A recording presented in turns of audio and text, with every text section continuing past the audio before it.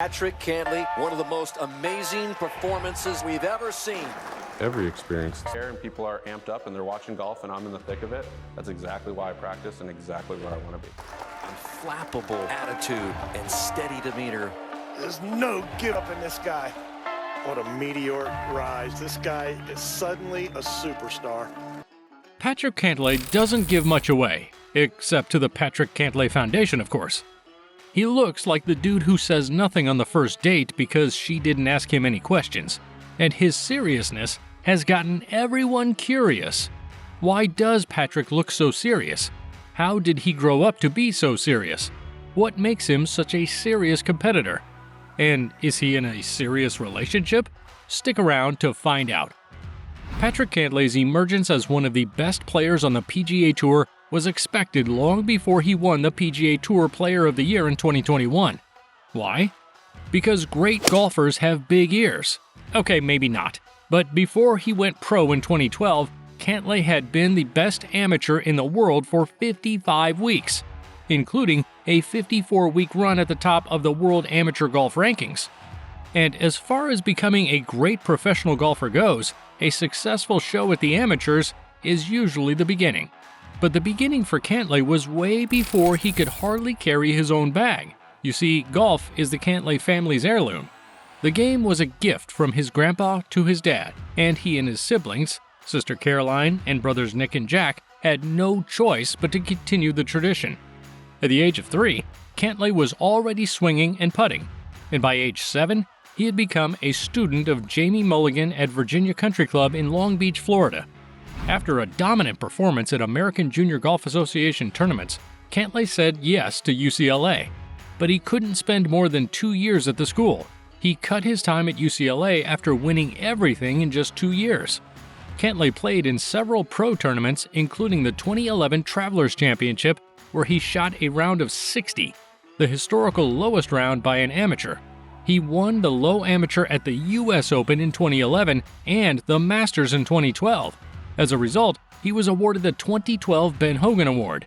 The UCLA Athletics Hall of Famer also played on a losing Walker Cup team in 2011 alongside Jordan Spieth, Peter Uihlein, and others. You know what they say, when you've been the best amateur in the world for so long, it's only natural that you feel you are ready for the big game. What? Nobody says that? Well, you heard it first on Golf Plus. What do you think about players dropping out of college to go pro? Tell us in the comments.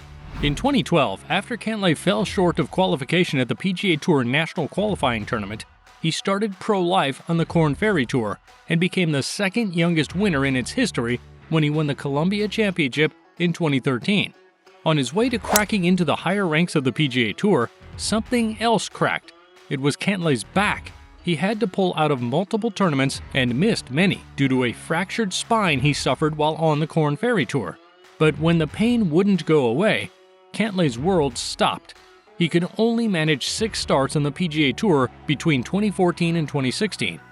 What had started so colorfully looked to have ended on a dark note as Cantlay's name faded into the shadows. While this was going on, Cantlay relied on his small but tight inner circle to help him get through. An important part of that group was Chris Roth, Cantlay's caddy and former playing partner. So many years spent in each other's company had made the two inseparable until one evening in February 2016. Cantlay and Chris had been out having fun in Newport Beach to get over the news of his extended stay away from competitive golf. That night, Cantlay watched a car hit his friend and drive off. According to Cantlay, it was worse than any pain he'd ever felt. Chris's death had him grappling with grief, just when he was learning to grip his clubs again. Thankfully, he had Coach Mulligan, who had become a father figure in his life.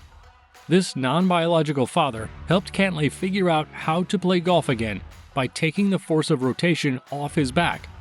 Together, they built a safe and effective brand new swing. And when he returned to the course in 2017, the PGA Tour didn't know what hit it. Actually, it did.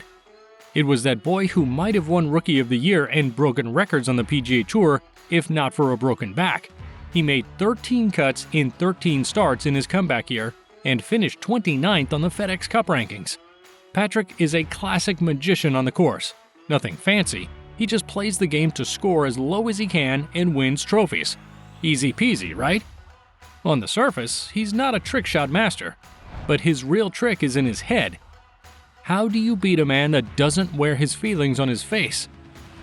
Looking at Cantlay, the nickname Patty Ice seems fitting, but it's also ironic because, unlike Ice, Cantlay rarely cracks under pressure.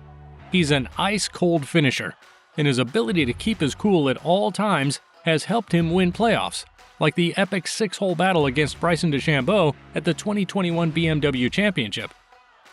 Patrick Cantlay may not talk much, but you know what talks? Money. And Cantlay, who has made a lot of Benjamins, must have heard Benjamin Franklin when he said, "Remember not only to say the right thing in the right place, but far more difficult still to leave unsaid the wrong thing at the tempting moment." When Golf Digest's Dan Rappaport asked him about his quietness, Cantlay told him, "I don't like talking when I don't know what I'm talking about.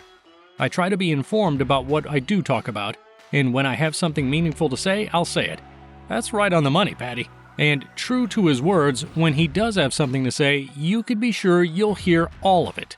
After he won the 2021 BMW Championship through a playoff at Caves Valley, Cantlay let the media know how he felt about the hecklers who harassed his opponent Bryson DeChambeau by shouting Brooksy at him. Brooks Koepka's name was the last thing DeChambeau wanted to hear while chasing such an important trophy on the PGA Tour's calendar. Patrick said he felt bad for DeChambeau and entered a criticism of the PGA Tour's Player Impact Program, which gave Tiger $8 million as the most influential player of 2021. He blamed the unruly behavior of the fans on the increased need for attention by the players as a result of the Player Impact Program. What do you think about the PGA Tour's Player Impact Program? Tell us in the comments. Cantlay is a golf geek, amongst other things. So when he noticed a problem with the PGA Tour's choice of courses, he said, "It just seems like we're getting more and more of the same bomb-it-as-far-as-you-can golf courses week after week." This meant the top ball strikers on the PGA Tour had an unfair advantage.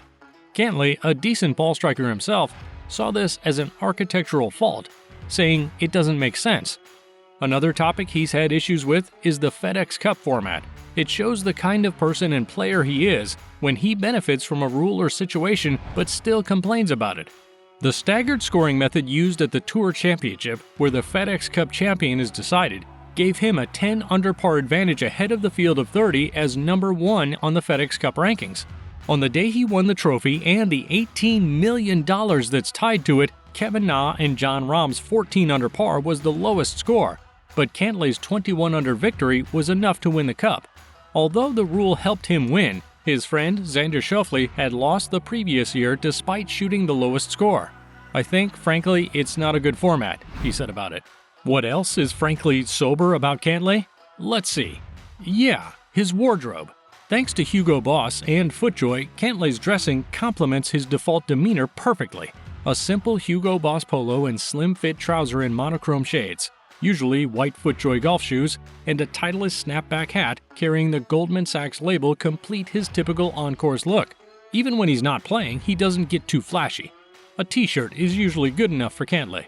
Is he trying to save money on designers? But there's another element of Cantlay's life that complements him and doesn't make noise as well. It's the ravishing Nikki Guidish.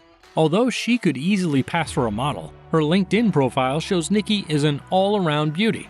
She's a doctor of pharmacy who has worked and interned at several hospitals and pharmaceutical companies. Just like her man, she keeps a tight lid on her life, and not much is known about her. Nikki bagged undergraduate and doctorate degrees in pharmacology at the University of South Florida, and her Instagram page shows she's close to other partners of PGA stars: Daniel Berger's Tori Slater, Brooks Koepka's Jenna Sims, and Xander Schauffele's Maya Lowe. When Cantlay is not shooting bogey-free final rounds, he unwinds by reading books and watching movies. And if you're a Lord of the Rings fanatic, you might draw him into a heated debate over whether Frodo should have kept the ring or not. The strongest part of Cantlay's game is his consistency, and he's managed to achieve that by keeping his emotions in check. In trance-like fashion, he stays stoic throughout and is never stoked, even when he's winning. He's a mastermind who has certainly mastered his mind. Be sure to check out more incredible golf videos at Golf Plus. See you there.